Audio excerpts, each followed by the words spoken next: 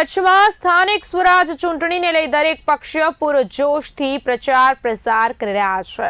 ત્યારે કચ્છની એકમાત્ર બેઠક પર સમાજવાદી પાર્ટીએ પોતાના ઉમેદવાર મેદાને ઉતાર્યા છે। ગાંધીધામ મહાનગરપાલિકાની આગામી ચૂંટણીના પડઘમ વાગી રહ્યા છે। ત્યારે વોર્ડ નંબર 13ના સમાજવાદી પાર્ટીના ઉમેદવાર સૈયદ તાલીમ હુસૈન અબાબિયા દ્વારા ખારી રોહર ખાતે ભવ્ય ચૂંટણી કાર્યાલયનું ઉદ્ઘાટન કરવામાં આવ્યું। આગામી ચૂંટણીને લઈ સૈયદ બાપુએ બિંડિયા સાથે કરી છે ખાસ વાતચીત। કચ્છમાં જ્યારે ચૂંટણીનો આગાજ થઈ ગયો છે ત્યારે દરેક પક્ષ પોતાની જે કહી શકાય પોતાના વિસ્તારમાં જે પ્રચાર પ્રસાર છે તે શરૂ કરી દીધો છે।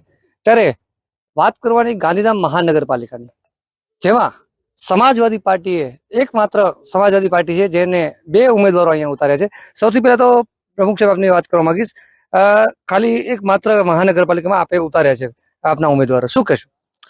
અમે એવું નથી કે 52 મેન્ડેટ અમારા પાસે હતા, પણ અમને 2 ઉમેદવાર જોતા હતા, ઈમાનદાર ઉમેદવાર જે ફોર્મ પરત ન ખેંચે।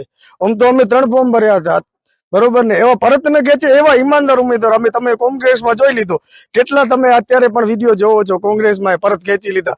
અમને આ ઈમાનદાર એટલા ઉમેદવાર છે કે અમે છે ને ગાંધીધામ શહેર છે, લાલજીભાઈ બડિયા છે અધ્યક્ષ છે, એમના ઉપર એટલા પ્રેશર આવે કે તમે ફોર્મ ખેંચો ના, અમે જીતીએ છીએ, અમને ખબર છે સરકાર બનાવશો ગાંધીધામમાં।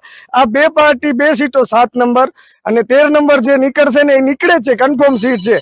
અહીંયાથી હું તો એટલા માટે કહું છું કે કોંગ્રેસમાંથી ભરતભાઈની ડિપોટી જપ્ત થાય છે, એટલી પરિસ્થિતિ